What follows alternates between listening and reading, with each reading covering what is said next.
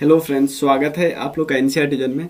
हरियाणा का जीके हम डिस्कस कर रहे हैं। वहाँ पे इंडस्ट्री वाला चैप्टर हम डिस्कस करें। इससे पहले हरियाणा का सब कुछ डिस्कस कर चुके, हिस्ट्री, ज्योग्राफी, बेसिक सारा डिस्कस कर चुके। इंडस्ट्री वाला चैप्टर डिस्कस करें। ये जो हम यूज करें वो नो योर स्टेट, जो अरिहंत वाली बुक है, उसका सारा इन्फॉर्मेशन है। क्लियर? तो चलिए शुरू करते हैं। लेकिन यहाँ पे जहाँ मुझे अपडेशन की ज़रूरत होती है वहाँ पे मैं नया डेटा लिखता हूँ। कहीं कहीं पे यहाँ पे डेटा पुराना दिया हुआ है, इसलिए डेटा मुझे नया लेना पड़ता है। तो एक चीज़ आप लोकेशन वाइज देख सकते हो, ये एनसीआर के को चारों तरफ, मतलब दिल्ली एनसीआर को चारों तरफ से घेर रखा है, क्योंकि ये सब भी एनसीआर का पार्ट आता है। तो ये लोकेशन वाइज तो बहुत बेहतरीन है कि यहाँ पे बहुत सारी इंडस्ट्री सिर्फ इस वजह से ओपन हो सकती है क्योंकि इसका लोकेशन अच्छा है। लेकिन सिर्फ लोकेशन से नहीं होता, लोकेशन के अलावे मिनरल रिसोर्स भी मिलना चाहिए, यानी रॉ मटेरियल भी मिलना चाहिए। तो यहाँ पे भी रॉ मटेरियल भी मिलता है, जैसे यमुनानगर जैसे एरिया में, अम्बाला जैसे एरिया में, करनाल, यहाँ पे रॉ मटेरियल भी मिलता है। तो यहाँ पे आपको देखने को मिलेगी इंडस्ट्री रॉ मटेरियल वाइज भी, और उसके अलावे यहाँ पे लोकेशन वाइज इवन यहाँ पे फूड प्रोसेसिंग इंडस्ट्री भी मिलेगी, क्योंकि एग्रीकल्चर, क्योंकि ये हिस्टोरिकली एग्रीकल्चर वाला रीजन रहा है, तो यहाँ पे मिल जाएगी। इवन ये चंडीगढ़ से भी पास में है, तो यहाँ इसके वजह से भी बहुत सारे इंडस्ट्री आ जाती है इस एरिया में। तो सब कुछ डिस्कस करेंगे एक एक करके। चलिए शुरू करते हैं। मेरा नाम है धीरज और आप एनसीईआरटी जोन को सब्सक्राइब जरूर कर लेना। ये कुछ हमारे कोर्स है, आप इस नंबर पर मैसेज करके जान सकते हो। ये प्राइस है इसका, बहुत लोएस्ट प्राइस है। चलिए, सबसे पहले 1966 से पहले तो ये पंजाब और हरियाणा एक ही साथ था। तो उससे पहले ज़्यादातर ये इंडस्ट्री पे फोकस नहीं करते थे, एग्रीकल्चर पे फोकस करते। एग्रीकल्चर पे क्या, उस समय पूरा देसी एग्रीकल्चर पे फोकस करता था। उसके बाद क्या हुआ, ये छोटे छोटे बहुत सारे क्लस्टर है, ये मैंने आप वेबसाइट से निकाला है, हरियाणा के वेबसाइट से, एमएसएमई के, जो एमएसएमई के से रिलेटेड। क्योंकि हमें पता है कि हरियाणा में ऐसा नहीं कि बहुत बड़े बड़े इंटरप्राइजेज है, बहुत लार्ज नहीं, छोटे छोटे इंटरप्राइजेज बहुत ज़्यादा है। उन सब के बारे में डिस्कस करेंगे। अभी थोड़ा बेसिक देख लेते हैं। हिस्टोरिकली जो एग्रेरियन स्टेट रहा है, लेकिन अब स्ट्रॉन्ग इंटरप्राइज के लिए जाना जाता है, मैन्युफैक्चरिंग भी और सर्विस भी। ठीक है, क्योंकि नेशनल कैपिटल सिटी दिल्ली को 3 साइड से घेरता है, तो और इसीलिए ये इंडिया का one of the largest automobile hub बन गया है।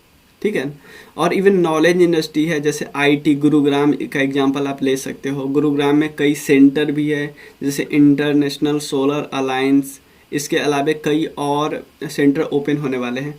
3rd लार्जेस्ट एक्सपोर्टर है सॉफ्टवेयर का, क्लियर, गुरुग्राम के वजह से, और one of the preferred destination for IT के लिए ऑब्वियसली। हिस्ट्री की बात करें तो इंडिपेंडेंस से पहले यहाँ पे ज़्यादातर एग्रीकल्चर या एग्रीकल्चर से रिलेटेड इंडस्ट्री ही होता था, जैसे शुगर इंडस्ट्री, टिम्बर और कॉटन मिल्स। लेकिन इंडिपेंडेंस के बाद देखो, इंडिपेंडेंस के बाद फर्स्ट 5 ईयर प्लान तो में हमारा फोकस क्या था, फर्स्ट 5 ईयर प्लान में हमारा फोकस एग्रीकल्चर ही था। लेकिन सेकेंड 5 ईयर प्लान में हमारा फोकस अब बदल गया है। फोकस हमारा क्या होगा, इंडस्ट्रियल डेवलपमेंट हमारा फोकस हो गया। ठीक है ना, सेकेंड 5 ईयर प्लान से। तो इसके बाद क्या हुआ, फरीदाबाद, सोनीपत, पानीपत, इन जगहों पे इंडस्ट्रियल यूनिट डेवलप होने लगे। कौन कौन जगह पे, फरीदाबाद, सोनीपत, पानीपत या बहादुरगढ़, इन एरिया पे क्या हुआ, इंडस्ट्रियल यूनिट डेवलप होने लगे।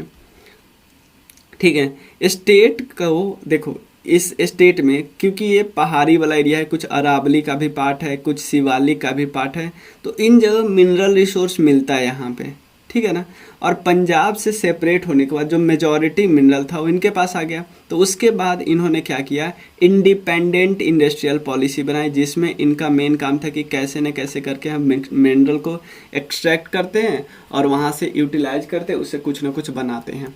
ठीक है ना, तो स्टेजेस की बात करते हैं तो 1980s के बाद इन्होंने इंडस्ट्रियल डेवलपमेंट स्टार्ट किया और कॉम्प्रिहेंसिव प्लान लाया कि कैसे करके हम मिनरल को एक्सट्रैक्ट और यूटिलाइज करते हैं। और इंडस्ट्रियल डेवलपमेंट के लिए प्राइमरी रिसोर्स होता है, देखो आप कहीं भी कहाँ पे इंडस्ट्री ओपन करोगे, जहाँ पे लोकेशन बेहतरीन है।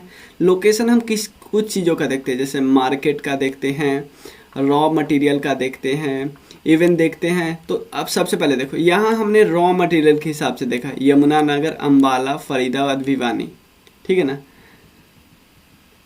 यहाँ पे अम्बाला, उसके बाद भिवानी, ठीक है ना, फरीदाबाद, इन सब जगहों पे हमने देखा कि यार लोकेशन अच्छा है और यहाँ पे हम खोल लेते हैं थोड़ी सी इंडस्ट्री। फरीदाबाद यहाँ पे, गुरुग्राम। लेकिन कुछ ऐसे हैं जो लोकेशन वाइज सही है, जैसे कुछ लोकेशन वाइज, किस बेसिस वाइज, मार्केट वाइज, जैसे गुरुग्राम, फरीदाबाद, सोनीपत, पानीपत, ये इम्पॉर्टेंट इंडस्ट्रियल सेंटर है। क्यों? क्योंकि ये लोकेशन इम्पॉर्टेंट है, मार्केट, ये है मार्केट के बेसिस पे सेंटर, ये है रॉ मटेरियल के वजह से। मैंने आपको पहले ही बताया था, यहाँ पे ज़्यादातर स्मॉल इंडस्ट्री पे फोकस है, ना कि लार्ज इंडस्ट्री। तो स्मॉल इंडस्ट्री आपको पता है बहुत ज़्यादा एम्प्लॉयमेंट प्रोवाइड करता है, इवन वुमेन एम्पावरमेंट पे ज़्यादा जोर देता है, क्योंकि लोकल एरिया में होते हैं वुमेन भी जॉब कर लेती हैं, ठीक है। 2000 के बाद तो इन्होंने जोर देना शुरू किया इंफॉर्मेशन एंड टेक्नोलॉजी पे, जिसके कारण आप देख रहे हो गुरुग्राम, हैदराबाद, गुरुग्राम हरियाणा का ये बिल्कुल हब बन गया है, ठीक है ना। स्टेट ने डिक्लेयर किया 2013 को as a year of industry and employment. देख रहे हो कि अगर कोई किसी साल को डिक्लेयर किया जाता है इंडस्ट्री एंड एम्प्लॉयमेंट, इसका मतलब है इंडस्ट्री पे फोकस करना चाहता है सरकार, ठीक है ना। और गवर्नमेंट, जो स्टेट गवर्नमेंट है, और इंडस्ट्री ओपन होगा तो एम्प्लॉयमेंट जनरेशन होगा, क्योंकि हमें पता है एग्रीकल्चर में उतना ज़्यादा एम्प्लॉयमेंट नहीं है, क्योंकि हम एग्रीकल्चर बहुत सबसिस्टेंस तरीके से करते हैं। ऐसा नहीं कि हम जॉब प्रोवाइड, हम चाहते हैं कि कैसे न कैसे हमारा खाना पीना हो जाए। तो एग्रीकल्चर उतना जॉब प्रोवाइड नहीं करता है, उतना एम्प्लॉयमेंट प्रोवाइड नहीं करता है। तो हमने उसके बाद क्या किया, हरियाणा गवर्नमेंट ने नया इंडस्ट्रियल पॉलिसी लाया 2015 में, ताकि इंडस्ट्रियल ग्रोथ को फास्ट ट्रैक बेसिस पे चलाया जा सके, ठीक है। इंडस्ट्रियल सिनारियो की बात करते हैं, कुछ पहले फैक्ट डिस्कस कर लेते हैं। देखो ये है 2019-20 का डेटा, ये है 2018, 16, 17, 17, 18, 18, 19 और 20 के। यहाँ पे बताया जा रहा है कि इंडस्ट्री में, देखो इंडस्ट्री का डेवलपमेंट पहले था 16-17 में 12 पॉइंट मतलब ग्रोथ रेट, लेकिन अब 6.8% है इंडस्ट्री का ग्रोथ। उसके अलावा हम सर्विस का ग्रोथ देखते थे 8.8% और जीएसडीपी का ग्रोथ रेट देखते थे 7.7%, ठीक है। एग्रीकल्चर अब उतना ज़्यादा, एग्रीकल्चर का तो ग्रोथ रेट कहीं भी है नहीं, लेकिन यहाँ पे मैन्युफैक्चरिंग का ग्रोथ रेट ठीक ठाक है, इवन इसका ग्रोथ रेट भी, सर्विस सेक्टर का भी ग्रोथ रेट ठीक है। और उसके अलावा जीडीपी में कंट्रीब्यूशन देखते हैं तो इंडस्ट्री का कंट्रीब्यूशन है 33%। जीडीपी में इंडस्ट्री का कंट्रीब्यूशन देखते हैं 33%, सर्विस का कंट्रीब्यूशन देखते हैं 51%, ठीक है ना। ये डेटा कौन सा है, 2019-20 का डेटा है, ये लेटेस्ट डेटा है, ठीक है। उसके बाद इतना ठीक है, और लोकेशन भी सही है, obviously national capital region Delhi के पास है, तो infrastructure, law and order situation, ये सब यहाँ पे है। तो यहाँ पे बहुत सारा कंड्यूसिव इन्वायरमेंट है इंडस्ट्रियल ग्रोथ के लिए, तो इसलिए इन्वेस्टमेंट आती है इस एरिया में, ठीक है। कुछ इंडस्ट्री के बारे में देखते हैं, जैसे food processing and allied industry, उसके बाद cotton textile industry, paper, sugar mill, footwear and accessory, timber industry, automobile and automatic motive component, pharmaceutical industry, waste processing and recycling industry, information technology, IT industry, ये सब है। और ये सब आगे discuss करें, तो यहाँ तक हम डिस्कस कर लेते हैं, यहाँ तक कुछ इंडस्ट्री के बारे में। फिर कौन कौन सा सेंटर फेमस है वो बाद में डिस्कस करें। सबसे पहले डिस्कस करते हैं फूड प्रोसेसिंग और अलाइड इंडस्ट्रीज। फूड प्रोसेसिंग का मतलब ऑब्वियसली ये होगा ही, क्योंकि आपको पता है यहाँ पे एग्रीकल्चर बहुत अच्छा है, तो इसलिए एग्रीकल्चर जहाँ पे रॉ मटेरियल मिल जाएगा, फूड प्रोसेसिंग इंडस्ट्री वहाँ पे हो जाएगा। देखो सबसे पहले food and processing allied industry के लिए आपको लोकेशन चाहिए, रॉ मटेरियल चाहिए। ऑब्वियसली एग्रेरियन स्टेट है, एग्रेरियन स्टेट है, तो देश का जो फूड ग्रेन पूल है ना, उसमें बहुत ज़्यादा कंट्रीब्यूशन यहीं से जाता है, ठीक है ना। इवन ये वेजिटेबल या फ्रूट का, पिछले क्लास में हमने देखा ना, वेजिटेबल और फ्रूट का प्रोडक्शन भी करते हैं और इवन रूट भी प्रोवाइड करते हैं। जैसे मान लो जम्मू एंड कश्मीर या हिमाचल प्रदेश वगैरह से और जगह जाना है, या इन दोनों के बीच भी जाना है, तो इन दोनों के बीच तो ज़्यादा रूट की ज़रूरत नहीं है हरियाणा की। हरियाणा थोड़ा नीचे है, तो सिंपल समझो ना, यहाँ पर अगर लोकेशन देखें हरियाणा का, तो यहाँ से अगर सामान आपको आगे भेजना है तो ये एक रूट प्रोवाइड करता है ऐसे, ठीक है। उसके बाद यहाँ पे मिल्क का प्रोडक्शन भी अच्छा होता है। तो बहुत सारी यहाँ पे इंडस्ट्री है, फूड प्रोसेसिंग इंडस्ट्री। जैसे एग्जांपल लेते हैं याकुल्ट का सोनीपत में है, परफेक्टी वैन मेले इंडिया इसका मानेसर में है, नेस्ले का समलखा में है, पार्ले का बहादुरगढ़ में। ये सब फूड प्रोसेसिंग इंडस्ट्री है। याद आपको क्या करना है इसमें कि हम देश में, राज्य में 4 फूड पार्क है, ठीक है ना, 4 फूड पार्क है। जैसे इसमें 2 फुल्ली फंक्शनल है, एक है राय में और एक है साहा में, ठीक है ना। और कुछ मेगा फूड पार्क बनने वाले। मेगा ये होता है फूड पार्क थोड़ा छोटा होता है। मेगा फूड पार्क कहाँ पे? बरही में और रोहतक में। ये सेटअप किया जा रहा है किसके द्वारा? मिनिस्ट्री ऑफ फूड प्रोसेसिंग के जो स्कीम नहीं है mega food park, ministry of food processing and industry का जो मेगा फूड पार्क स्कीम है, उसके तहत 2 जगह सेटअप किया जा रहा है, बरही में और रोहतक में। समझ में आना। उसके अलावा 4 फूड पार्क है, उसमें से 2 फंक्शनल फूड पार्क है राय और साहा में। तो लोकेशन याद कर सकते हैं, इसका पूछ सकता है कि कहाँ पे 2 जगह फूड पार्क है, तो राय और साहा में। तो ये भी एग्रीकल्चर से रिलेटेड इंडस्ट्री है। नेक्स्ट हम कॉटन की बात करते हैं। तो पहला मिल कहाँ पे सेट किया गया था? भिवानी में सेटअप किया गया था। पहला मिल भिवानी में सेटअप किया गया था, ठीक है। और Panipat has already established its place on the international map as a centre for handloom product. Panipat बहुत अच्छा प्लेस है किसके लिए? हैंडलूम प्रोडक्ट के लिए, ठीक है ना। और उसके अलावा गुरुग्राम और मानेसर बेल्ट जो है, गुरुग्राम और मानेसर बेल्ट, गुरुग्राम और मानेसर मैं लोकेशन दिखाता हूँ। गुरुग्राम वाला जो लोकेशन है ये वाला, यहाँ पे आपको मिलेगा गुरुग्राम मानेसर बेल्ट। ये मैन्युफैक्चरिंग के लिए फेमस हो गया है, रेडीमेड गारमेंट के लिए, ये इंपॉर्टेंट है। तो ये पूछ सकता है, ये क्वेश्चन सब ना सीधा पूछ सकता है कि कॉटन टेक्स्ट पहला मिल कहाँ पे ओपन हुआ? भिवानी में। ईयर ज़्यादातर नहीं पूछता, ये पता होना चाहिए कि ये इंडिपेंडेंस से पहले ओपन हुआ। पानीपत फेमस है हैंडलूम प्रोडक्ट के लिए, और गुरुग्राम मानेसर वाला फेमस है किसके लिए? रेडीमेड गारमेंट के लिए, ठीक है। और उसके अलावे बहुत सारे लेदर गारमेंट की इंडस्ट्री है। इस लाइन को याद मत करो, बस ये याद कर लो कि Haryana state industrial development corporation ने एक डेवलप किया है टेक्सटाइल पार्क। बहुत इंपॉर्टेंट इन्फॉर्मेशन है। टेक्सटाइल पार्क कहाँ पे? बरही में, ठीक है ना। International trade and convention centre open हुआ है पानीपत में। क्योंकि ये हैंडलूम को और ज़्यादा प्रमोट कर सके। सिंपल, हैंडलूम ऑलरेडी पानीपत में फेमस है, लेकिन एक centre international trade and convention centre open किया गया है ताकि इसको प्रमोट किया जा सके और ज़्यादा। समझ गया? पानीपत में हैंडलूम सेक्टर है, लेकिन एक international trade and convention centre open किया गया ताकि और ज़्यादा प्रमोट कर सके। Under the new textile policy, state government will facilitate setting up the apparel park exclusively for apparel manufacturing unit in Mewat district. apparel के लिए कौन सा इंडस्ट्री है? मेवात डिस्ट्रिक्ट में है, फेमस है, ठीक है ना। और गवर्नमेंट की कौन सा पॉलिसी? नेशनल टेक्सटाइल मिल्स, ठीक है। उसके अलावा टेक्सटाइल पार्क हिसार डिस्ट्रिक्ट में ओपन हुआ है, और एक डायर्स और प्रोसेसर के लिए फरीदाबाद डिस्ट्रिक्ट में ओपन हुआ है। ये थोड़ा सा ध्यान रख सकते हैं।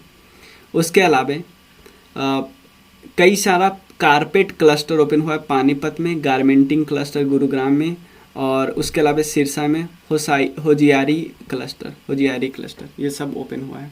पेपर इंडस्ट्री की बात कर लो तो सबसे पहला फैक्ट्री ओपन हुआ था 1929 में। नाम था Messrs Punjab pulp and paper mill limited. मतलब एक यहाँ पे है अब्दुल्लाहपुर में। क्या नाम है? Messrs Punjab pulp and paper mill limited at Abdullahpur, ठीक है। बहुत सारी प्राइवेट इंडस्ट्री ओपन हुई, याद नहीं रखना है। और गुरुग्राम पेपर मिल सप्लाई करता है पेपर पूरे देश में, ठीक है। शुगर मिल की बात करें, ये ऑब्वियसली शुगर जो केन है वो कमर्शियल क्रॉप है। अब ओल्डेज शुगर मिल जो स्टार्ट हुआ था इन लाहौर, जो कि अनडिवाइडेड पंजाब था, by the name of Saraswati industrial syndicate है। क्योंकि पंजाब वाला जो पाकिस्तान वाला पंजाब है उसमें जो लाहौर है और हमारा वाला पंजाब है पहले एक साथ था ना, तो यहीं पे लाहौर में सबसे पहले ओपन हुआ था 1933 में, और उसके बाद पंजाब अलग हुआ, पंजाब से फिर हिमाचल अलग हुआ और हरियाणा अलग हुआ, ठीक है ना। किस नाम से? Saraswati industrial syndicate limited. समझ में आया? ठीक है। फुटवियर और एसेसरी इंडस्ट्री की बात करते हैं तो ज़्यादा इसमें याद नहीं करना है, बट यहाँ पे एक चीज़ याद करना है, in the view of demand of trend man power of the footwear industry, footwear design and development institute open हुआ है कहाँ पे, IMT रोहतक। बहुत इम्पॉर्टेंट है कि फुटवियर को डिजाइन करने के लिए और डेवलप करने के लिए एक इंडस्ट्रियल एक सेटअप हुआ है IMT रोहतक, ठीक है। मेजर इंडस्ट्रीज जो है इसके फील्ड में करनाल में, ये सब याद नहीं करना है, ठीक है ना, क्योंकि यहाँ पे फुटवियर इंडस्ट्री सही पता है क्यों है, क्योंकि बहुत सारा एम्प्लॉयमेंट इंटेंसिव सेक्टर है। टिम्बर की बात कर लो तो देखो, टिम्बर की बात कर लो तो ये इंडस्ट्री मेन इंडस्ट्री है हरियाणा की नॉर्थ ईस्ट रीजन में, नॉर्थ ईस्ट हरियाणा के रीजन में, ठीक है ना। कहाँ पे, यमुनानगर में, कैथाल में और करनाल में बहुत सारे फेमस प्लांट है, जैसे चीर, शीशम, कीकर, सागवान, ये सब यूज किया जाता है टिम्बर में। 1947 से पहले टिम्बर इंडस्ट्री ने यमुनानगर को हम क्या बोलते थे, वुड मंडी ऑफ अब्दुल्लापुर, समझ ना, अब्दुल्लापुर की वुड मंडी बोलते थे कि इसको, टिम्बर इंडस्ट्री ऑफ यमुनानगर को, ठीक है ना। ऑटोमोबाइल एंड ऑटोमोटिव कंपनी की बात करते हैं, बहुत सारी कंपनी याद नहीं करना है, ठीक है ना। और government of India Gurugram, Manesar और बवाल वाले रीजन को ऑटो हब मानती है, auto hub. Haryana largest producer है ट्रैक्टर का, इतना क्लियर है पूरे कंट्री में। उसके बाद फार्मास्यूटिकल इंडस्ट्री की बात करते हैं, फार्मास्यूटिकल इंडस्ट्री तो ये यहाँ पे एक्चुअली सही भी है सेक्टर। तो गवर्नमेंट ऑफ इंडिया ने क्या किया, हरियाणा को सिलेक्ट किया, क्यों, बायोटेक्नोलॉजी पार्क बनाने के लिए और रिसर्च एंड डेवलपमेंट फैसिलिटी भी करने के लिए, ठीक है। तो स्टेट गवर्नमेंट ने बहुत ज़मीन एक्वायर किया, क्यों, Kundli Manesar Palwal express way global economic corridor, यहाँ पे डेडिकेटेड फार्मा पार्क बनाने के लिए, डेडिकेटेड फार्मा पार्क इन कहाँ पे, कुंडी Manesar Palwal express way global economic corridor के पास, ठीक है ना। इनकी पॉलिसी क्या है, 2018 वाली पॉलिसी है कि फार्मास्यूटिकल कंपनी को और ज़्यादा प्रमोट करो, उनके लिए अच्छी अच्छी पॉलिसी बनाओ कि वो आए, ठीक है। उसके बाद waste processing and recycling industry की बात करते हैं तो ऑब्वियसली प्रोसेस करना है किसको, अर्बन सॉलिड वेस्ट को, हजार्डस वेस्ट को, मेडिकल वेस्ट को, इससे आता है, क्योंकि इसको आप सीधे फेंक नहीं ना सकते, ठीक है ना। और ये रिसाइकलिंग तो करना ही है, साथ में वैल्यू एडिशन करना है कि भाई इसका यूज हो जाए, फिर रिसाइकल करना है, फिर से यूज हो जाए, ठीक है ना। और इसके लिए सरकार क्या करती है, फैसिलिटेट करती है कि जल्दी से जल्दी ऐसी इंडस्ट्री को क्लियरेंस मिल जाए। ऐसा नहीं कि इंडस्ट्री को क्लियरेंस ही नहीं मिला, रुके पड़े हैं, तो फिर कैसे काम चलेगा भाई, ठीक है। गवर्नमेंट और करते, पहले क्लियरेंस दे दो, उसके बाद वैल्यू एडेड टैक्स माफ़ कर दो, मतलब टैक्स वगैरह ऐसी इंडस्ट्री का माफ़ कर दो, क्योंकि ऐसी इंडस्ट्री आएगी तो ये पूरे इन्वायरमेंट के लिए, पूरे समाज के लिए इंडस्ट्री अच्छा है ना। तो recycling industry IMT Manesar, Rohtak, Samalkha में इस्टेब्लिश किया गया, ठीक है। उसके अलावा solid and liquid waste management project भी सेटअप किया गया 3 डिस्ट्रिक्ट में, यमुनानगर, कुरुक्षेत्र और कैथाल में, ठीक है।